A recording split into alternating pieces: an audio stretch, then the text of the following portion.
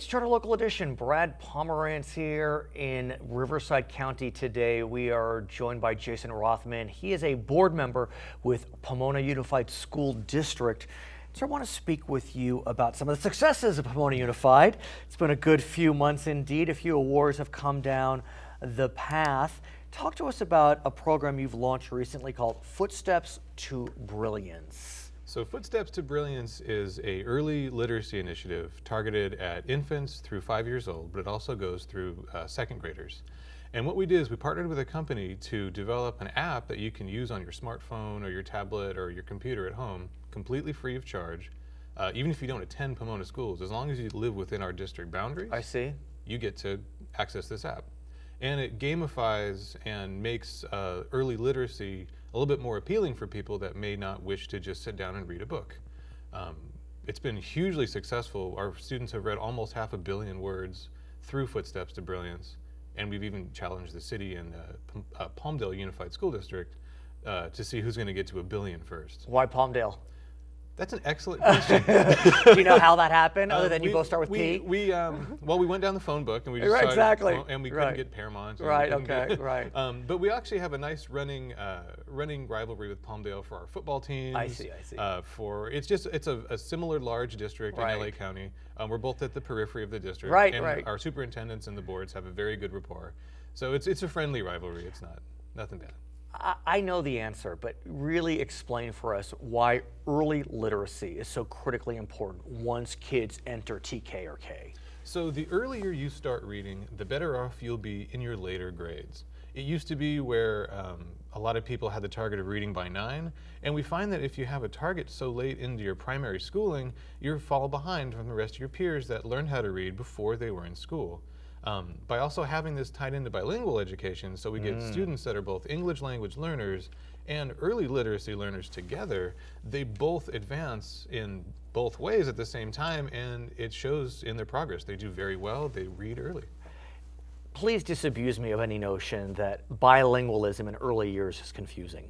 No, not at all. The young brain is like a sponge and it soaks up anything, and it's been shown time and time again that the earlier you learn to speak a language, the better you'll speak other languages in the future. Right. Let's talk about another success in Pomona Unified. That's known as the Golden Bell. Yes. Tell us about the Golden Bell. So this is our third Golden Bell. We got a couple years ago too, and this is for a program. It's called Pomona's Promise. And it was in response to a bit of violence that we had in the early 2000s within the city and the school district. And it was to direct resources and to get people seeing what they can do without feel like they were abandoned by their local school district and their city. It's kind of a one-stop shop for medical care and for tutoring and assistance. We work with counseling. We have Western University of Health Sciences come in and offer free medical care and that kind of thing. And it's a really phenomenal program that's really paying dividends. People like it. It's very, very successful. And we won a California School Board Association Golden Bell this year for it. We also know that U.S. News and World Report recently noticed the successes in Pomona Unified. Yes, what sir. did they tell us about it? So Diamond Ranch High, Ganesha High, Fremont Academy, and the Village Academy were all ranked some of the best schools in the nation by U.S. News reports. And I want to talk about those types of rankings, which I think are important, sometimes overemphasized, but it does beg the question about how schools are ranked. And so often what we're looking at is standardized tests. Okay. And what we know is that we are now in, I guess, our third year of a new standardized testing formula, the SBAC, part of this standardized testing regimen brought about through Common Core. We have 2 years of reporting on the standardized test results. And while this year was better than last year, the scores are still pretty low. That's correct. You look at the English scores, meaning not English language as your native language, but just English reading, etc. 49% are meeting expectations. When you look at math scores, only 37% are meeting expectations. What do you make of this, sir? We need to keep challenging our students. If our test scores are that low, and under 50% is frankly unacceptable, then that means that there's place to grow and that there's place to target. If everything was fine and everybody was passing everything in the 90 to 100 percentile, then people would start to lay back, rest on their laurels, and our students would fall behind. I think that seeing the reality that a lot of students need help and a lot of students need that support in such critical needs, in such critical areas and critical needs, is really evidence that we can do more, and this shows that we have to do more. And I look at Pomona, which is an incredibly rich and diverse district. Very. And we look at Latino performance, and Pomona Unified, a large Latino population within your boundaries. 37% are meeting English standards. In math, 24%. And if you look at English language learners, now this is statewide, not specifically to Pomona, Right. English language learners, only 13% are meeting English standards, and in math, only 12%. These numbers are abysmal. They are. I mean, that would be a failing grade in any class that anyone Right. could ever take.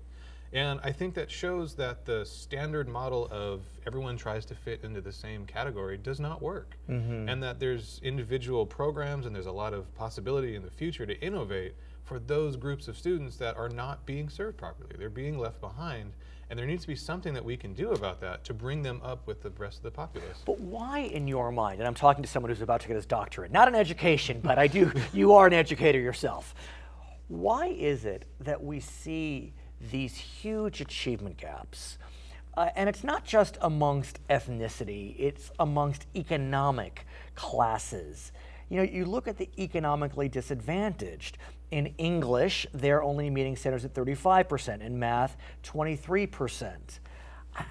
I'm frustrated and flummoxed by these numbers.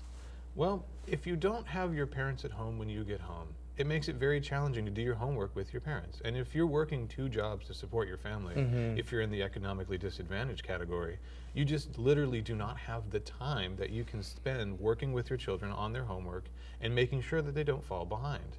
So we try to do that with preschool, we try to do that with early in the morning education, and we try to do that with after school programs to try to compensate for that achievement gap in our district. The flip side of the question becomes, could it be that these tests are simply written in such a way that they're not capturing the intelligence of those that may be economically diverse or ethnically diverse, that they're just written in such a way that they really only capture the intelligence of those that are Anglo? Could it be? I'm not sure if I would necessarily say that it's an Anglo-centric kind of testing. It's a standard, and it was the culmination of a whole bunch of diverse people putting together a standardized test. The flaw with standardized testing is that it meets the standard, and there are people with strengths and weaknesses that aren't met by the standard.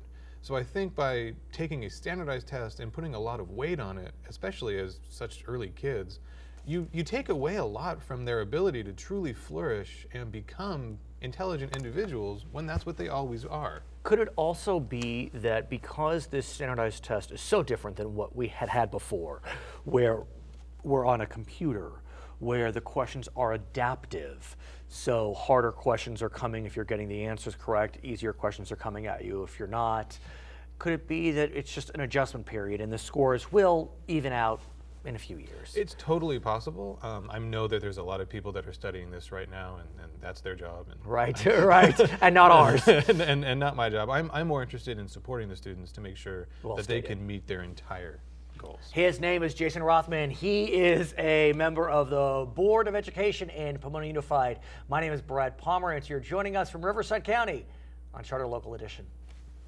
Great job. Very much. Tell me more about bees.